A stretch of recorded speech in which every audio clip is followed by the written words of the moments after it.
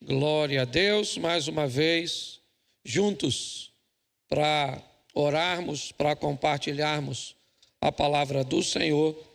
E eu quero, já entendendo o que Deus tem a nos dizer nesta manhã, eu queria que você abrisse a sua Bíblia. Depois eu vou usar o texto aqui que eu dei, mas eu quero que você abra a sua Bíblia em Gênesis, capítulo 1.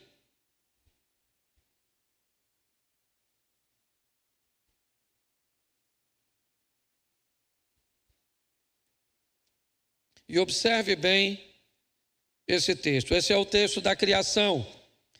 É o texto onde do nada Deus traz tudo, ou ele traz algumas coisas de algo que havia feito anteriormente. Verso de número 3. Diz assim: e disse Deus, repita comigo, e disse Deus. Verso 6, leia aí. Verso 9, leia aí. Verso 11, leia aí. Verso 14, leia aí. Verso 20, leia aí. Verso 24, leia aí. Verso 26, leia aí. Verso 29, leia aí. E vamos contar agora comigo. Verso 3, você diz 1. Verso 6. Verso 9. Verso 11. Verso 14. Verso 20. Verso 24. Verso 26. Verso 29. 9 vezes nós ouvimos a mesma coisa. E disse Deus. Vamos dar um pouco de atenção hoje àquilo que está sendo dito. Aquilo que está sendo dito por nós e aquilo que está sendo dito por outras pessoas a nosso respeito. É importante nós olharmos para isso e entendermos que nesses dois ambientes de algo poderosíssimo, o poder da palavra, nós temos basicamente 100% de controle, e outro, nós não temos quase controle nenhum. Temos 100% do controle daquilo que falamos, é verdade. Se não controlamos o que falamos, somos pessoas descompensadas, temperamentais, desequilibradas, num ambiente um pouco mais radical. Controlar o que as pessoas dizem a nosso respeito é um grande desafio, porque podemos ser sentenciados positivamente ou negativamente, dependendo do ambiente mental da pessoa que vai nos avaliar. Nós seríamos ou deveríamos ser extremamente elogiados quando fazemos algo de bom, algo certo, algo lucrativo, mas não é porque agimos assim que vamos ser elogiados por todos. Tem muitas pessoas que podem não gostar das coisas boas cujas quais você está fazendo, estabelece uma crítica até que ela não é verdadeira, que não é agradável, que não é justa, mas você não tem controle sobre isso. Você pode fazer alguma coisa negativa e algumas pessoas podem elogiar você, sentenciar você com elogios, dizendo que você fez a coisa certa, porque você não é bobo, porque você tinha que aproveitar.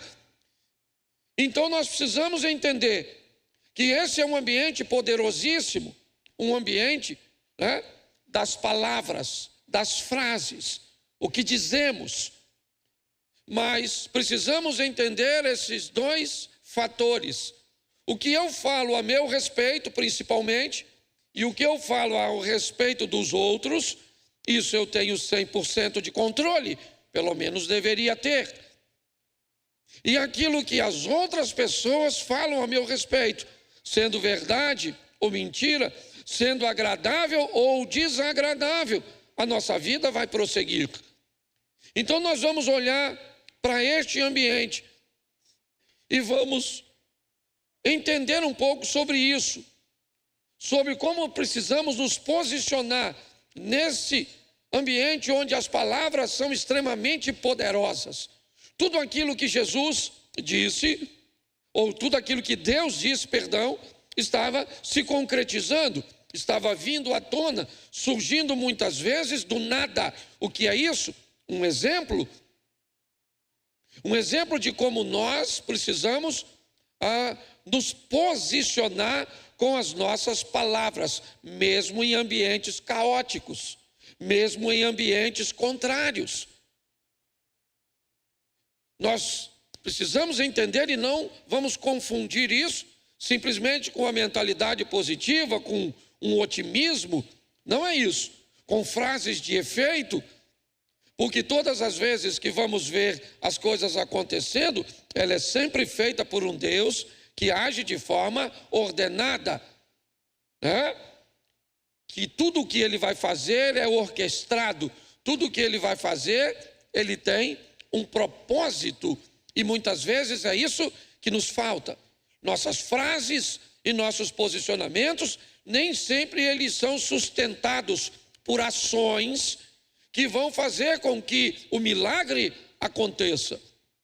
Então nós precisamos criar um ambiente de coordenação para que isso seja visto de uma forma produtiva na nossa vida. Então vemos aqui 9 vezes Deus falando, dando sentença, certo?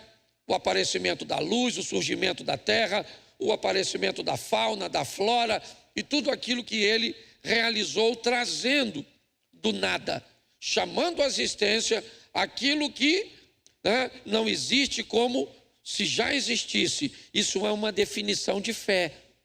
O que Deus está fazendo no Gênesis com suas palavras é exatamente manifestando a fé.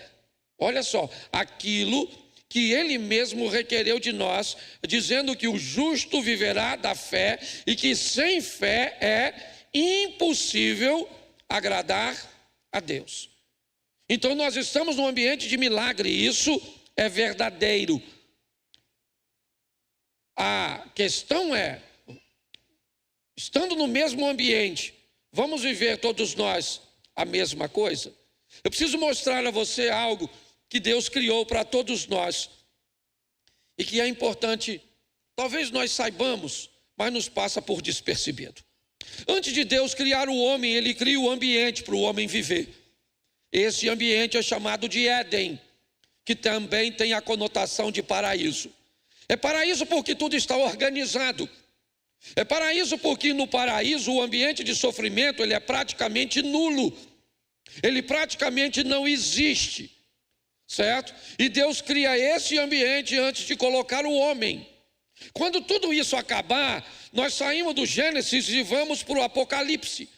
E lá no Apocalipse o que encontramos? Também o paraíso, a nova Jerusalém de Deus, onde não haverá dor, não haverá morte, não haverá sofrimento, tudo foi vencido.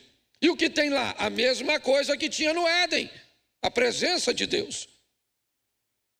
Isso me indica algo poderosíssimo, que na mente de Deus, para eu e você vivermos, o que ele criou foi o paraíso.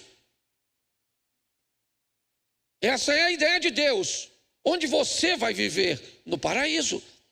Como deve ser a sua vida? Um paraíso. Essa foi a ideia de Deus. Porém, esse paraíso foi contaminado pela ação de um dos nossos ancestrais, Adão. Ele foi e sujou este paraíso. O homem então não pode mais viver no Éden e também não está muito afim de ir para Nova Jerusalém, porque para ir para lá tem que morrer. Então ele não pode voltar para o Éden, não quer ainda entrar na Nova Jerusalém. E o que ele vai viver então? Talvez os católicos entendam melhor isso do que nós, porque oram quase todos os dias a oração do Pai Nosso. E nela eles dizem, de uma forma sequencial, a oração ensinada pelo próprio Jesus: que venha o teu reino e que seja feita a sua vontade, assim na terra como ela é feita no céu. Note que Jesus está ensinando a mim e a você o que devemos orar, ou mais do que orar, o que devemos fazer. O que Jesus está dizendo é: não vamos para o céu ainda. Não, a Nova Jerusalém ainda não chegou para nós. Para o Éden nós não podemos voltar. Então onde estamos? No inferno? Não, simplesmente num ambiente criado pelo pecado, onde o que temos com muita frequência é a palavra aflição. Temos aflição porque vamos precisar de dinheiro. Temos aflição porque vamos ter que lidar com as consequências do passado, ou do pecado, perdão, a inveja, a angústia, a dor, a solidão, certo? A violência. O que é isso?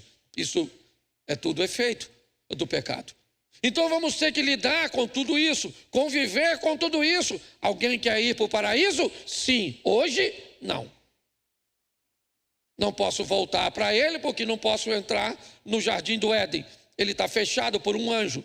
Não posso ir para Nova Jerusalém porque para lá eu teria que morrer. Então o que eu faço nesse intervalo, onde eu não posso voltar para onde Deus criou para eu viver e onde eu não estou a fim de ir para onde Deus tem mais à frente? O que eu faço agora? Segundo a oração do Pai Nosso, eu puxo esse paraíso que está no céu para a terra. Eu trago o céu para a terra. Venha o teu reino. E como o reino de Deus vem? Olha bem, ele vem pela palavra. Porque presta atenção, o que Jesus está ensinando é uma oração. Então o que eu tenho que dizer todos os dias? Venha o teu reino. Venha o teu reino. Pastor, mas eu não sou católico. Então essa não é uma oração que eu gostaria de repetir. Então vamos mais além. Ao invés de dizer apenas venha o teu reino, eu vou trazer a sua vontade aqui para a terra como ela é feita no... Então, se eu não posso voltar para o Éden, nem entrar na Nova Jerusalém, eu posso trazer os valores da Nova Jerusalém celestial, o mundo de Deus, para a minha vida, para a minha casa, para a minha família, coordenando o que eu falo com o que eu vivo. É assim que funciona. Parece utopia, parece surreal, parece impossível para você, mas não é. Tem pessoas que conseguem estabelecer isso, uma coordenância, onde as palavras são seguidas de ações, certo? E isso faz com que o ambiente de milagres se torne poderosíssimo. Posso ouvir um amém? Então, qual é o grande desafio dessa história? É que precisamos viver de uma forma onde Deus seja visto na nossa vida. Porque a vida vai nos levar... Deixa eu te fazer uma pergunta. José queria ir para o Egito, sim ou não? Sim ou não? Mas ele foi. Daniel queria ir para a Babilônia, sim ou não? Mas ele foi. A menina queria ir para Damasco, para a casa do leproso Naamã, mas ela foi. Eles queriam ir para esse local, sim ou não? Sim ou não? Mas eles foram. Então deixa eu te falar uma coisa, a vida vai te levar para lugares que você não está a fim de ir. Mas quando a vida te levar para lugares que você não quer ir, leve Deus como seu companheiro de viagem. Você está entendendo? A vida vai te levar para crises no casamento, sim ou não? Mas quando você for para lá, quem é que vai estar contigo? Deus. A vida vai te levar para momentos de enfermidade em você ou num ente querido seu, sim ou não? Mas quando você for para a doença, seja em você ou em algum dos seus, vá com Deus para essa doença. A vida vai nos levar para desemprego. Sim, porque no mundo teremos aflições, certo? Mas, mesmo neste mundo composto de aflições, Jesus disse, eu vim para que tenham vida e a tenham em... Então, no mundo de aflições, nós teremos vida abundante. Quando você vai com Deus para os ambientes, o que acontece? As pessoas começam a enxergar Deus em você. José vai para Babilônia, José vai para o Egito, sim ou não? E o que é que as pessoas veem em José no Egito? O que eles viram? Deus. O Deus que foi visto com José no Egito, estava com Deus na casa de Jacó, sim ou não? Sim ou não? Mas os irmãos de José conseguiram ver Deus em José? Então nem todo mundo vai ver Deus em você. Aliás, tem gente que se vê Deus em você não quer ficar por perto, ou vai tentar tirar você por perto.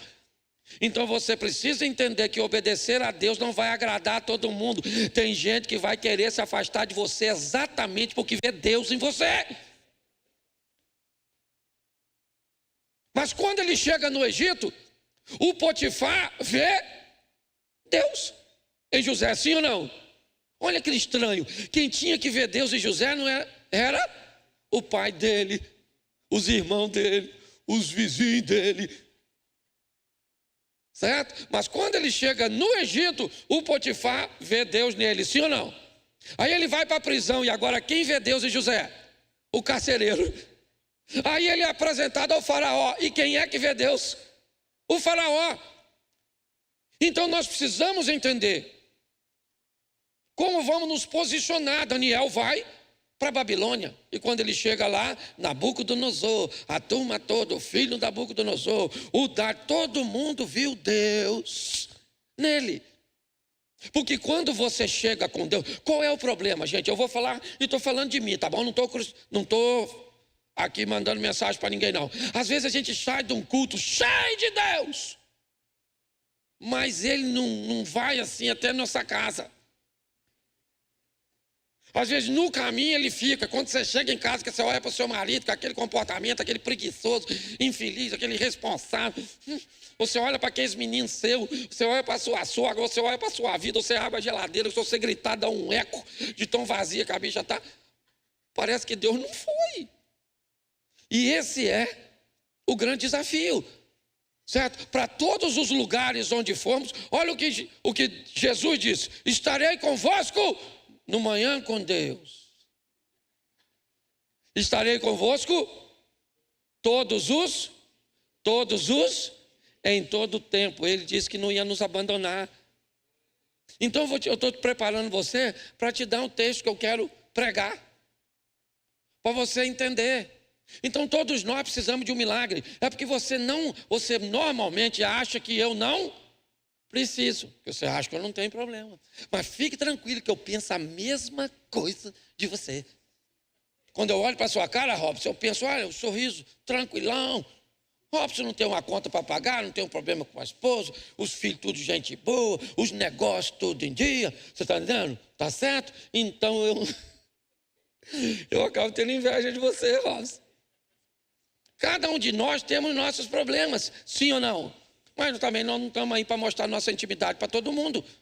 Essa é a grande verdade. Então nós vivemos nossos desafios? Sim.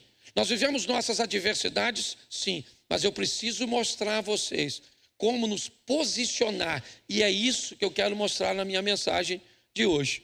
Então agora sim, fiz até uma reflexão hoje cedo. Eu quero Mateus 27:3. Só vou usar 2 textos. E aí eu preciso que coloca aqui. Você pode ler comigo? Então,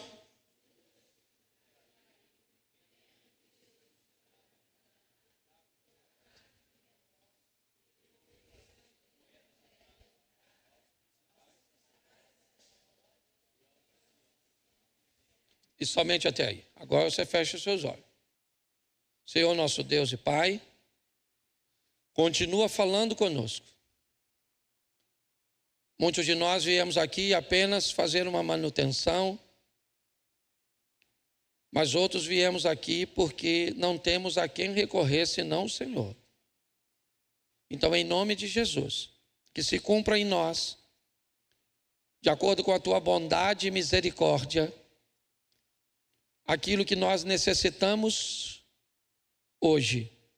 E como já ouvimos aqui, se ouvimos um não do Senhor, continuaremos ao teu lado, em nome de Jesus. Você pode dizer amém? Isso. Eu quero fazer uma reflexão com vocês sobre dois personagens bíblicos bem parecidos em suas ações. Vamos olhar Pedro e vamos olhar Judas Iscariotes. São os dois indivíduos que vão estar no mesmo ambiente, vendo as mesmas coisas, presenciando as mesmas coisas, tendo a oportunidade de viver as mesmas coisas, mas vivem coisas bem diferentes e não tem nada a ver com Jesus. Viver com Jesus não era muito fácil, irmãos. Ninguém tinha facilidade de viver com Jesus. A régua que ele estabelecia para convívio, ela era muito alta.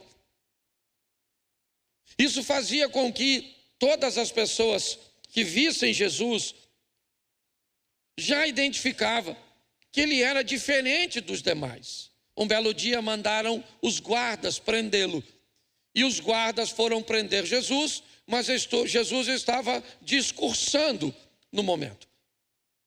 Eles precisavam que o discurso de Jesus terminasse para que fosse prendê-lo, porque senão poderia gerar uma resistência, uma rebelião.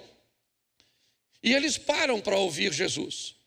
E ao parar para ouvir Jesus, eles chegaram à conclusão que não dava para prender aquele homem. Então eles voltam e vão dizer para aqueles que o enviaram: olha, nós até fomos prendê-lo, mas ninguém nunca falou como este homem. Note que Jesus era diferente na sua postura. Nicodemos, um mestre, não um indouto, um inculto como a multidão, não incapacitado muitas vezes como um soldado, mas um mestre, vai de noite ouvir Jesus e disse: bem sabemos que és mestre vindo de Deus, porque ninguém pode fazer esses sinais que tu fazes se Deus não for com ele. O que Nicodemos está dizendo é: ninguém até hoje que eu vi é igual ao Senhor. O Senhor é uma pessoa diferente. O Senhor para falar com o rico, para falar com o pobre. O Senhor é capaz de ressuscitar um morto, mas ao mesmo tempo de curar uma mão que está ressequida. A atenção que ele dava para o problema grande para as pessoas era a mesma que ele dava para o problema pequeno. Ele entra em Jericó para comer na casa do rico Zaqueu, mas ele para na rua para atender o mendigo Bartimeu.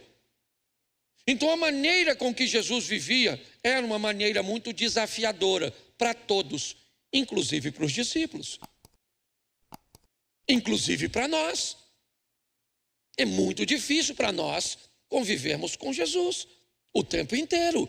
Por isso é que às vezes vamos para casa e há uma ação na nossa casa e ela esboça uma reação nossa, porque aprenda uma coisa: normalmente ações, elas são boas, porque elas são programadas, entendeu?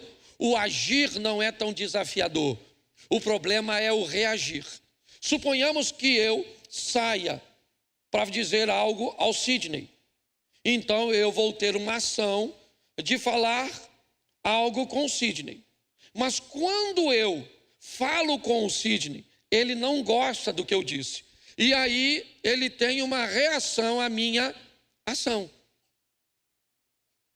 É fácil para ele reagir, porque ele não esperava que eu fosse falar aquilo. Mas quando o Sidney fala comigo que não gostou, eu não tenho mais ação. Agora eu tenho reação. É assim que funciona. Então muitos de nós nos perdemos, por quê? Porque mediante as ações nós não controlamos nossas reações. Por isso pessoas são mal educadas, são grosseiras, por isso acontece todo esse desequilíbrio. É assim que funciona. E com Jesus não tinha isso. Então era muito difícil andar com ele. E pior, mostrar para as pessoas que ele agora estava em nós. E os discípulos vão enfrentar isso. É isso que eles estão vivendo. Estão convivendo com Jesus e tendo que lidar com essa discrepância de um santo vivendo ao lado de um pecador. Foi o que Pedro disse: vá embora da minha presença, porque o Senhor é santo e eu sou um homem pecador, durante a pesca. Mas nós vamos olhar isso mais de perto, porque apesar desses desafios, Jesus não abandonou. Ele até reclamou. Lembra quando foi libertar o filho aquele menino endemoniado? E ele falou: ó geração incrédula, até quando eu ainda vou andar com vocês? Mas ele falou: mas eu estou firme, vamos embora junto. Mas agora nós temos um problema, e ele é muito sério. Um dos discípulos de Jesus vai trair Jesus. Seu nome, Judas Iscariotes. Ele vai fazer basicamente a mesma coisa que Pedro. Aliás, para mim, o que Pedro fez com Jesus foi muito pior do que Judas. Porque eu aprendi uma coisa aqui. Às vezes o problema não é o que foi feito a você, e sim quem fez. Quando alguém vem me reclamar de traição: pastor, meu marido me traiu. É a mesma dor para todo mundo? Lógico que não. Minha mulher me traiu? Não é a mesma dor. Tem algumas perguntinhas que você pode descobrir que vai te machucar. Por exemplo, a pessoa que ele traiu é mais nova? Se for, dói mais. É mais bonita que você? Vai doer mais. É alguém que você conhece? Tem mais dinheiro que você? Então, a cada pergunta que você vai fazendo, vai doendo mais. Certo? Então, não é uma coisa muito simples lidar com essas questões. Então, para mim, Jesus morava na casa de Judas ou de Pedro? De Pedro. Quem andava com Jesus para tudo quanto é lado? Judas ou Pedro? Então, quando Pedro traz Jesus, você não acha que foi uma traição muito maior do que a do Judas? Porque eu nunca vi Jesus na casa do Judas. Jesus não levou Judas para lugar nenhum. E o Pedro levava. E o Pedro agora vai dizer que não conhece Jesus? Então observe bem, os dois fazem a mesma coisa. E é isso que eu quero mostrar a vocês. Judas vai vender Jesus, como nós lemos, por quantas moedas de prata? Quantas? 30 moedas de prata. Ele vendeu Jesus. Tá certo. Coloca para mim o texto, por favor, o verso 3. Isso. Ó, essa tradução, ela está dizendo que Judas foi tocado de remorso. Tá certo? Eu gosto da tradução que diz que ele estava arrependido do que tinha feito. Judas cometeu um erro, sim ou não? Sim ou não? Isso. E ele precisava consertar um erro. É assim que funciona. Erro não, ou a maioria deles, eles não resolvem sozinho. Tem até algumas coisinhas que nós fazemos que é orgânica. Então, por exemplo, você brigou com alguém, ficou muito chateado no momento. Mas dependendo do fato, do que foi dito, pode ser orgânico. Orgânico é aquilo que desaparece. Vamos imaginar, você jogou um pão no chão e uma garrafa PET no chão, certo? 15 dias depois tem pão no chão? Não. 15 anos depois tem uma garrafa PET no chão? Tem. Ou seja, tem coisas que são orgânicas, elas dissolvem. Uma briga entre casal pode ser resolvida sem nenhum dos dois falar nada, não precisa pedir desculpa, não precisa pedir nada. É só deixar, porque foi uma briga com conteúdo orgânico, uma briga com conteúdo não biodegradável. O que acontece? 10 anos depois você tem a mulher falando disso. Pastor, vou falar com o senhor. Só de lembrar. Eu penso que foi ontem. Mas não esqueço não. 1982. Lembra quando o Brasil perdeu a Copa? Foi naquele dia. Lembro como se fosse hoje. Você está rindo, talvez, de você. Observe bem. Então tem coisas, certo, que são fáceis de digerir, outras não. Quando nós olhamos para esse ambiente, preste atenção. Judas tem um problema, ele cometeu um erro. E o presente, hoje, Aqui, agora, você pode estar fazendo duas coisas: empreendendo o futuro ou corrigindo o passado. Eu não sei o que você está fazendo, mas não dá para ser outra coisa. Hoje o que você está fazendo aqui tem a ver com o seu futuro. Você está investindo em sua vida espiritual. Você não tem problema nenhum. Você veio aqui para louvar, para bendizer, para agradecer. Louvado seja Deus, muito obrigado, Senhor. Eu estou empreendendo o futuro. Eu estou lutando por aquilo que eu quero viver no meu casamento, que ele seja algo extraordinário pelos meus filhos. Isso é empreender futuro. Ou então você está aqui para corrigir passado. Pastor, eu preciso, certo, mudar, porque aconteceu isso, eu vivi isso ontem, eu tenho que resolver, eu estou devendo, certo, devendo lá atrás, e aí eu preciso criar um ambiente de correção. Essa é a verdade. Judas precisa corrigir passado. Pedro precisa corrigir passado. Os dois. Um negou e o outro vendeu. A diferença é que o Jesus que estava para Pedro era o mesmo que estava para Judas. Mas o problema foi a maneira com que Judas enfrentou aquilo que precisava vencer. Ele tem a mesma coisa que Pedro, arrependimento. É verdade? Ele tem arrependimento. Judas está arrependido. Ele não entendeu direito. Jesus agora foi preso. E o que ele tem na mão? 20 ou 30 moedas de prata. Perdão. É isso que ele tem. E ele pega as 30 moedas de prata e vai até Jesus. E diz a Jesus: Jesus, o Senhor me perdoa? Eu não entendi direito. Me oferece o seu perdão. E Jesus diz para ele: não, Judas, eu não vou te perdoar. Então Judas, revoltado, ele corre então aos sacerdotes e aos anciãos, joga as moedas nos pés deles, devolve as moedas. Foi isso que aconteceu, sim ou não? Sim ou não? Não. Ele foi até Jesus? Não. Quem era o perdoador? Quem era o habilidoso em perdoar, o generoso? O príncipe da paz, o amor em pessoa? Era Jesus. Ele cometeu um erro, sim ou não? Contra quem? Contra Jesus. Então onde é que o arrependido deveria ter ido? Até Jesus. Ele foi? Não. Ele vai até aos homens. Isso. E quando ele diz aos homens: olha, eu estou arrependido, eu queria devolver as moedas, certo? Queria que vocês libertassem Jesus. O que os homens disseram? Nós não temos nada a ver com isso. Isso é um problema seu. Você que criou o problema, você que resolve. Deixa eu falar uma coisa com você. Se você quer ser bem-sucedido na resolução dos seus problemas, vá falar com quem resolve. Você consegue entender isso? Pare de tentar resolver as coisas com quem não tem condições de resolver. É importante nós entendermos isso. Ele estava perto de Jesus, ele tinha acesso a Jesus. Jesus não estava morto, não. Ele poderia falar com ele e dizer para ele: olha, eu pequei, eu errei, eu não entendi o projeto.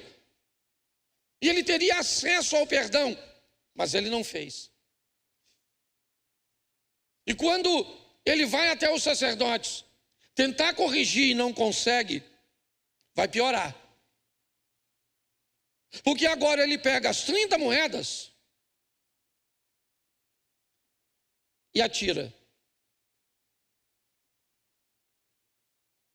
Porque agora não tem mais valor para ele. Judas não conseguiu o perdão dos sacerdotes. E pior, gente, ele também não vai conseguir o dele. Os sacerdotes não perdoaram ele e ele não consegue se perdoar. E quando ele não consegue se perdoar, acabou. Aí nada mais tem valor para ele. Não tem valor as moedas, não tem valor a família, não tem valor a vida. Aí não tem valor mais nada.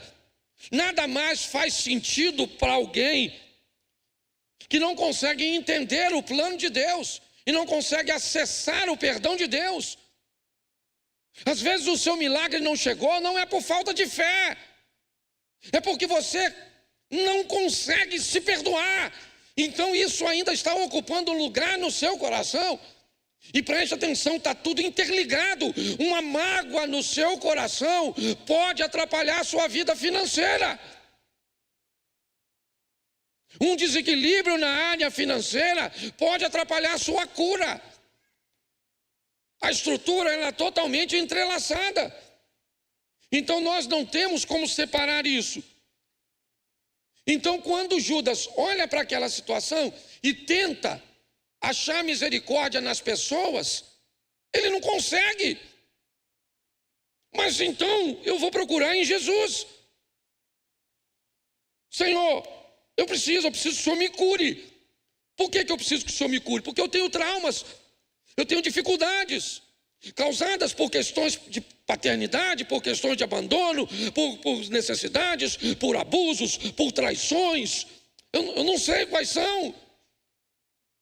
Mas eu preciso trazer para esse ambiente onde Jesus está presente, por quê? Porque tem dois caras, sabe o que vai acontecer com um? Ele vai se enforcar, e quem é que está perto dele? Jesus. O outro vai se recuperar, e quem é que está perto dele? Jesus. Jesus está para os dois, mas apenas um consegue alcançar a gente. Nós precisamos olhar para esse ambiente de milagres. Porque deixa eu te explicar uma coisa. Existem dois modelos de palavras. Um modelo verbal, que é aquilo que sai. Isso funcionava no Velho Testamento, viu, gente? Para nós não funciona não, tá? A graça veio para facilitar, mas ela trouxe a responsabilidade que o Velho Testamento não tinha. Presta atenção, Velho Testamento, não cobiçarás, ou não adulterarás, não adulterarás, lembra? Mas para nós diz o quê? Mas se você olhar e cobiçar, você já não matarás, Velho Testamento. Mas se você irá contra seu irmão, você já o matou.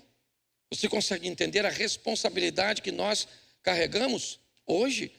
Ela é muito mais intensa. Então o que nós vemos aqui? Dois indivíduos. Por quê? Porque aqui o Tony está sentado do lado do Miranda. O Jesus que está aqui para o Tony é o mesmo que está para o Miranda. Mas quem garante que o Miranda vai acessar o mesmo Jesus que o Tony conseguiu acessar? Nós sabemos que é assim durante o culto.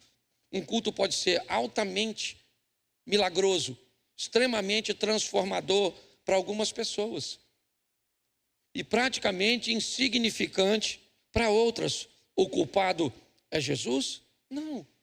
O culpado são as pessoas que não conseguiram acessar. Judas tinha que ter ido a Jesus e ele não foi. Ele procura os sacerdotes que dizem para ele: nós não temos nada a ver com isso. Então, a perda do valor, ela é instantânea. E deixa eu te explicar uma coisa que é pior. Quando alguém perde o valor das coisas para si, ele também não consegue mais enxergar o valor das coisas para os outros. Quando para ele não interessa se ter paz ou angústia, se ele estiver angustiado, ele vai angustiar você. Se ele estiver vivendo num momento de paz, ele vai trazer paz para você. As pessoas começam a viver um desequilíbrio. Essa é a grande verdade. E aí, sabe o que acontece? Os milagres passam a não acontecer. Se eu quero ver as coisas acontecerem na minha vida, eu preciso acessar Jesus da forma correta. Olha só. Eu fico pensando, Pedro negou Jesus, sim ou não? Pedro procurou Jesus para pedir perdão?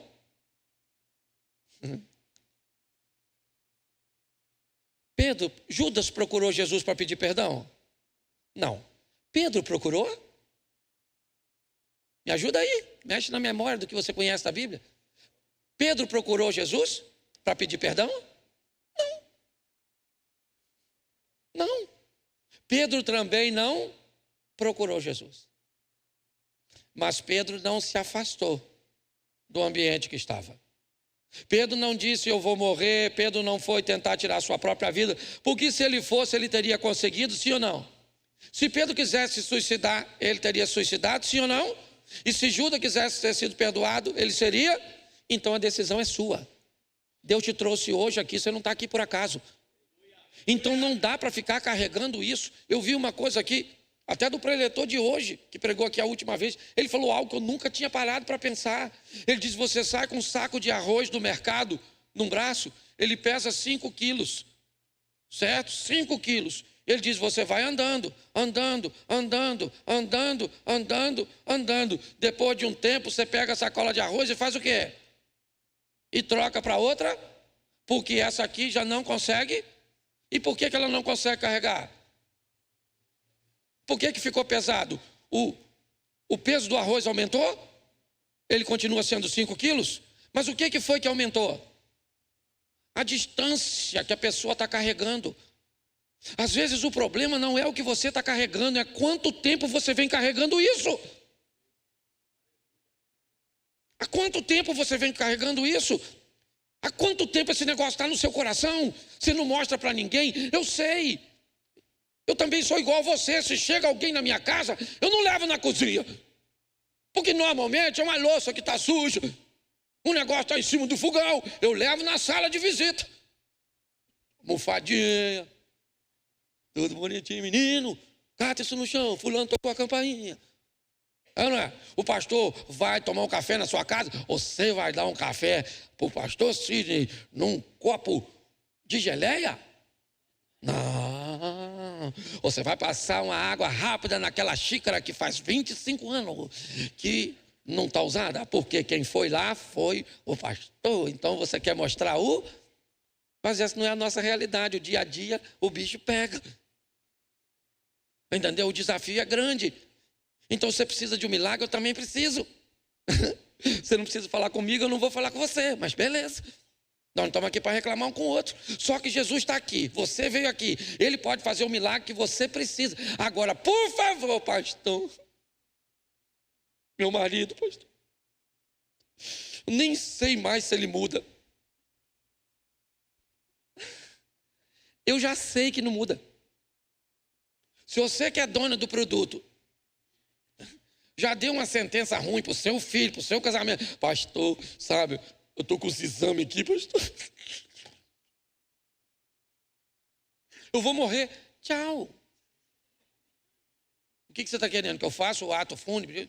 Mas pastor, o senhor é insensível. Eu não sou. Da sua palavra, não pode, da sua boca não pode sair isso. Outras pessoas podem dizer, ó, eu acho que vai morrer, hein?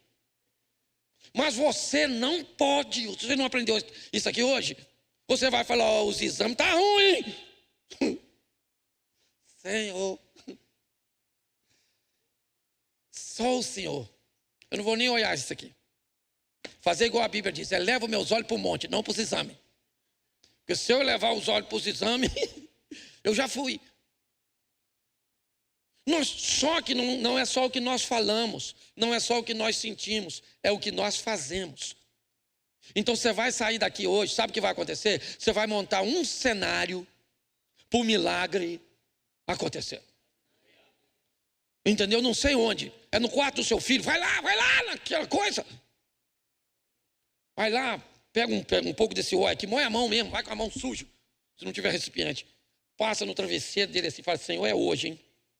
Esse menino doido. Burro. Vai ficar inteligente. Ele era burro ontem, hoje não, que eu já aprendi. Mas tem hora que dá vontade de você falar assim ou não?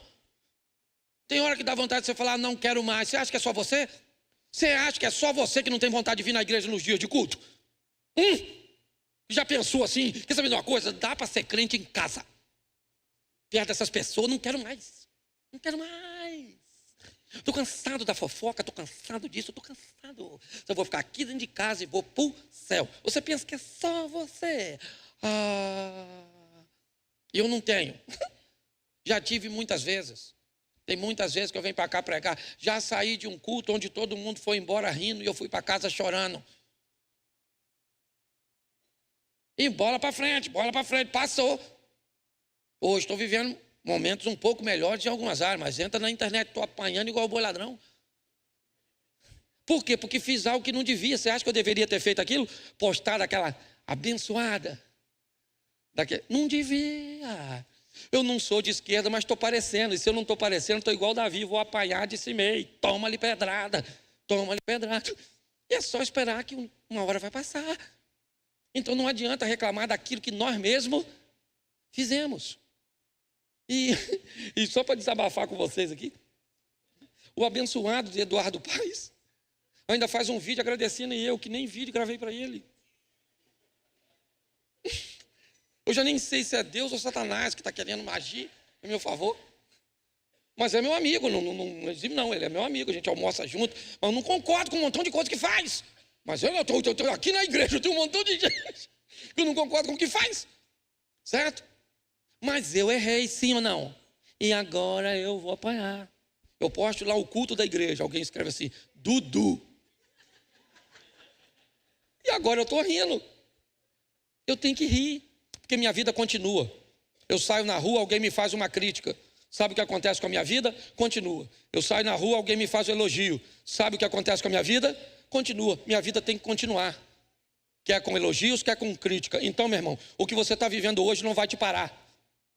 Deus te trouxe aqui, hoje você tem que sair daqui perigosa. Sabe, com alto nível de periculosidade. Chegar na sua casa doidona mesmo. Chegar lá e falar, Senhor, isso aqui é tudo seu. Está dominado. Tá tudo. Vai embora, vamos para cima. Então eu queria que você ficasse de pé nesse momento e falasse para quem está do seu lado assim, ó, não vai dar certo não. Já deu certo. É isso aí. Se Deus é por nós, só que nossas palavras têm que andar coordenadas com as nossas orações. Deixa eu falar uma coisa para você para eu terminar aqui. Quem aqui está vivendo um problema que médico, remédio, dinheiro, aconselhamento não pode resolver? Só coisa que tem que ser o céu. Se você tiver com um problema que o céu passou, só Jesus. Eu queria que você viesse aqui à frente, ficasse aqui, que eu quero terminar orando por você. Se médico resolve, ore para que os médicos resolvam. Se dinheiro resolve, ore para que o dinheiro apareça. Certo? Agora, se o mundo material, físico, não pode resolver, traz para cá. Isso, traz para cá. Seja em você, seja num dos seus. Ah, pastor, não pode resolver. Entendeu? Não tem perspectiva de solução. Então traz para cá. E nós como igreja hoje, que não estamos vivendo isso, certo? Nós vamos orar por você que está vivendo. Sabe por quê? Porque amanhã nós podemos estar vivendo e aí nós vamos trocar de lugar. Eu vou estar aí, certo? E você vai estar aqui orando. E agora eu quero que você saia do seu lugar. Eu quero os pastores aqui, ó, né? Esposa de pastor, vem todo mundo aqui para frente no altar. Pessoal que trabalha no Manhã com Deus, vem todo aqui para cima. Todo mundo aqui. Isso, sobe aqui, todo mundo que trabalha, fica aqui na frente deles. E todos vocês vão ficar aqui atrás deles. Sai do seu lugar e fica aqui agora. Nós vamos cercar esse povo em oração. Nós vamos orar por eles. Isso, amém. Você que está na live, ok? Você precisa de um milagre, precisa de uma intervenção de Deus. Coloque agora diante de Deus o que você precisa. Aquilo que nós estamos fazendo aqui, certo? Cercando essas pessoas também serve para você. E você aí hoje, que não está na situação deles, precisando de uma intervenção, você como nós, faz parte do projeto Recomeçar, orando por eles. Isso, estenda suas mãos agora para cá. Senhor nosso Deus e Pai soberano, aprendemos aqui na nossa igreja, somos responsáveis por aquilo que vivemos. Então, Senhor, o que podemos agir e fazer para que as coisas aconteçam, nós fazemos. Mas às vezes nos deparamos com doenças, com portas, com situações que conseguimos identificar que não tem a ver com a intervenção humana.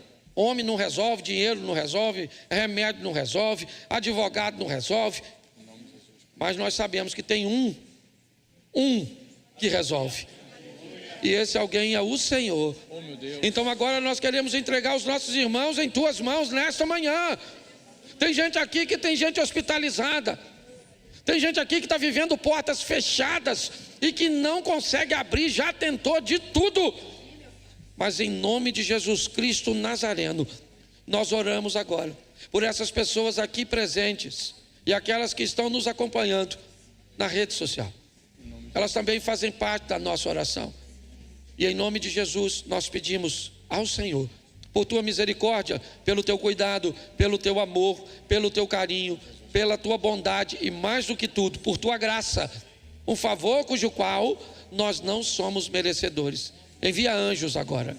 Envia anjos para hospitais, para documentos, para remédios, para tratamentos, para os lares, para as prisões, onde quer que esteja direcionada a petição dos teus filhos nesta manhã, em nome de Jesus, nós veremos eles subindo aqui, narrando os milagres. Meu Deus, aleluia!